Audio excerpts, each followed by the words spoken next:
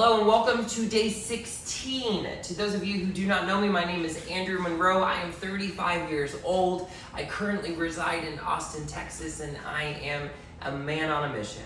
And that mission being bringing as many people home to themselves, into the knowing that self-love, self-trust is already there present within us and it's just tapping into it. Worthiness, that we're all just worthy because we say so. Cracking the codes of the universe one by one. That is what I'm here to do and share with you. So, day 16. Gonna get into my story, my why, a little bit more personal information about why I'm even doing what I'm doing right here, right now. Because even just a year ago, this wasn't my vision, this wasn't my goal. This has just,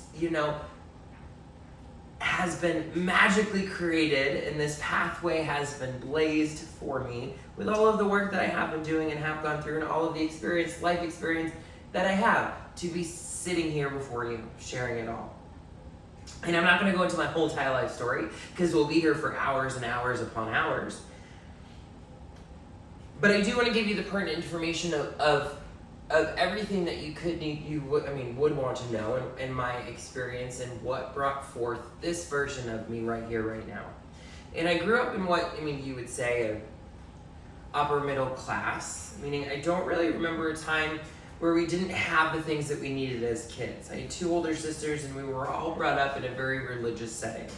My dad was a pastor of a church my entire childhood up until the age of 12. And we were definitely for sure, forced to attend church. Well, I felt that way. 2 times a week as a devout, born-again Christian. I can still remember the smell of the churches, the old musty churches. Looking back, I never thoroughly enjoyed waking up early to go sit and listen to anyone speak for what felt like hours on topics I truly didn't understand. I did enjoy the singing, and I would say my favorite time of the month was when it was communion. We didn't get alcohol, we got grape juice.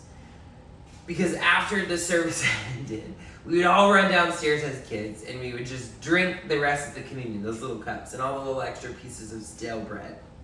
There was such a satisfaction looting the stash of Jesus' blood and body. From a young age, I guess, I always knew I was different. Clearly, it was just the entire world, including the shithead bullies at school, that I was gay. Looking back, I hold no anger, but I was for sure picked on a daily basis. It was mainly because my voice was always an octave higher than the rest of the boys, and I was always surrounded by a group of girls, probably because that's what I grew up around. I had guy friends, but they just wanted and always chose violence as their pastime, young boys. I wasn't a fan of being punched or hit all day long. My family looked great on the outside, and knowing and understanding what I do know now, it was a facade to show face for the church. All of the deeper issues were always, again, my experience. This is my experience. There's no blame, shame, or guilt to my parents, but deeper issues were always glazed over because I feel like as the pastor's family, we had to be perfect. I guess where my desire to be perfect began. There was this deep ancestral trauma running rampant in all parts of my family. To spare you the explicit details, there were many things that happened that I should have never experienced. And at this time in my life, the only energy that I now hold is that of love and forgiveness because of this journey of transformation that I actively choose into every day. At the age of 12, my life would radically shift. My parents separated, got divorced, my father came out as gay, and my whole entire world flips upside down, going from religious structure and a laundry list of to-dos and don'ts to what I viewed at the time absolute freedom. That freedom that would turn into absolute rebellion. I began experimenting with drugs and alcohol around the age of 13, 14, and in that moment I found the solution. A solution that would numb out any of all of the emotions as I was not at the time equipped to deal with them. And at the age of 19, 20, I would find myself a daily opioid user, oxy, heroin, and pretty much anything else I could get my hands on. For a solid 10 years, I would begin an on-again, off-again heroin addict with frequent visits to detox into other recovery centers. In that 10 years, I would live what felt like an eternity in the moment. All I knew was darkness. Suffering, lying, cheating, stealing, living in cars, staying in relationships because of the false safety that I believed it brought me, even though the prices I paid were never worth it. Criminal activity, days spent in jail, years being looked at like the menace to society that I had created myself. The behaviors I partook in firsthand witness were things normal folk would only witness on the news or in movies. It was 100% animalistic tendencies. Crashing cars, overdoses, and even death was just a normal occurrence in my day-to-day life. 10 years, more than that. The chaos had become my normalcy. After many failed attempts of course correcting about 8 years ago, I'd walk into my very last treatment. Detox, long-term care treatment. I remember not sleeping pretty much for the first month straight, and I could feel myself losing touch with reality.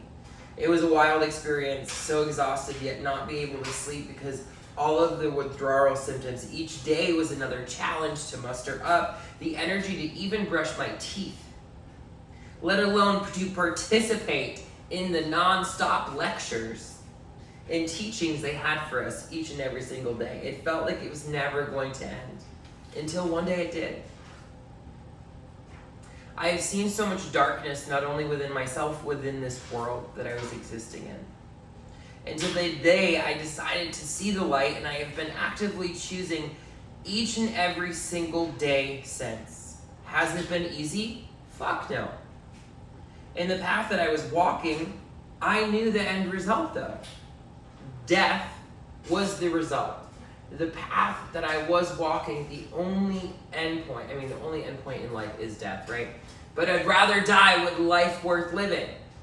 The journey that I was walking was death with a life not worth living.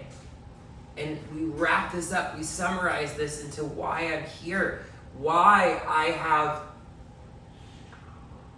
I get to, blessed to put down all of the stories that I am not good enough, that I am not worthy, that I do not have the correct words to say, the perfect words to say. Because this all exists in my body, right here, right now. I just actively make the choice not to fucking listen to it because it's bullshit. Because at the end of the day, I know that my voice, the octave higher it was as a kid, is a tool that I am meant to use to bring healing to this world.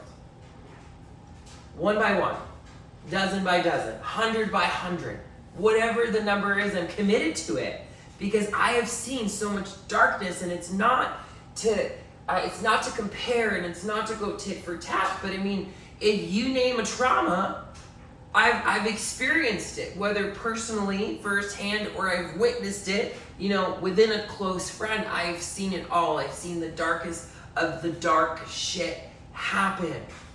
All of it. All of it. And I've also seen the other side. The side that a lot of people are reaching for, searching for, but are not willing to actually put the work into it. It requires work. It's challenging. AF. Challenging at times. But it's like the time is going to pass no matter what.